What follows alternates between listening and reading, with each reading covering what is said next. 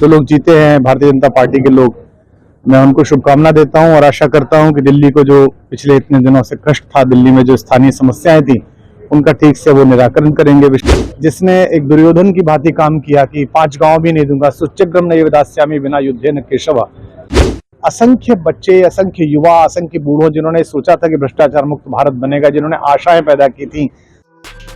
दिल्ली विधानसभा चुनाव में आम आदमी पार्टी की करारी हार के बाद मशहूर कवि और कभी आप नेता रहे कुमार विश्वास ने अरविंद केजरीवाल को खूब खरी खोटी सुनाई है। उन्होंने बीजेपी को जीत की बधाई देते हुए आम आदमी पार्टी की हार पर किसी भी तरह की संवेदना न रखने की बात करते हुए कहा कि अन्ना आंदोलन से आने वाले आम आदमी पार्टी के लाखों और करोड़ों कार्यकर्ता, जिनके बहुत ही निश्चल, निष्पाप और भारत की राजनीति को बदलने के बड़े सपने की हत्या एक निर्लज आत्ममुग्ध व्यक्ति ने की, उसके प्रति क्या ही संवेदना रखना। वहीं कुमार विश्वास ने आगे क्या कुछ कहा, देखिए वीडियो।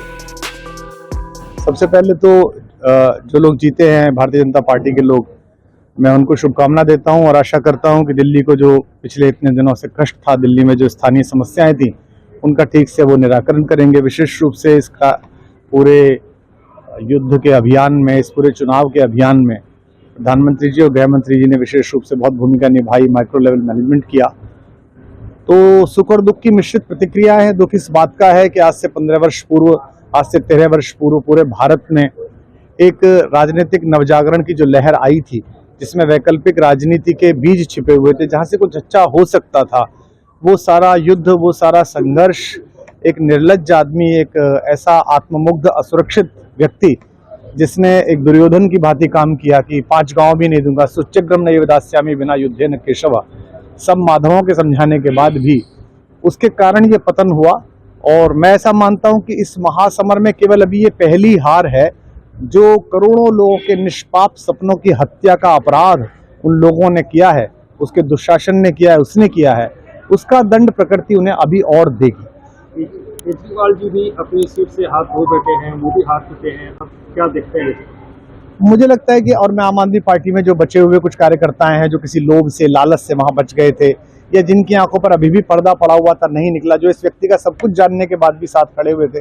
मैं उन बच्चों से भी अनुरोध करता हूं कि अपने जीवन के विषय में सोचें, अपने अपने कार्य क्षेत्रों में लौटें, किसी राजनीतिक दल में जहां उन्हें जाना है वहां जाएं। कम से कम वो राजनीतिक दल झूठ तो नहीं बोलते, वो राजनीति करते हैं तो कहते हैं कि राजनीति करते हैं, वो ये तो नहीं कहते कि हम कुंभ में आश्रम खोलेंगे, हम तो महामंडलेश्वर हैं, और करते इस प्रकार का दुराग्रहपूर्ण व्यवहार है। सो मैं उनसे भी आशा करता हूं कि वो भी इससे बाहर निकले, अपना जीवन संवारे, क्योंकि यहाँ से कोई लौटने की राह अभी बची नहीं है उनके पास, उनके जितने कुकर्म है। आप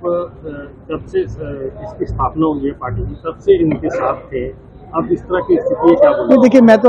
मेरी राजनीतिक टिप्पणी करने का कोई वो भी नहीं है। मैं तो केवल ये है कि आज का दिन एक ऐसा दिन है जो मेरे जैसे असंख्य करोड़ों, मैं तो फिर भी लोकप्रिय हूँ, ईश्वर की कृपा है, भगवान राघवेंद्र सरकार की कृपा है कि जनता प्रेम करती है,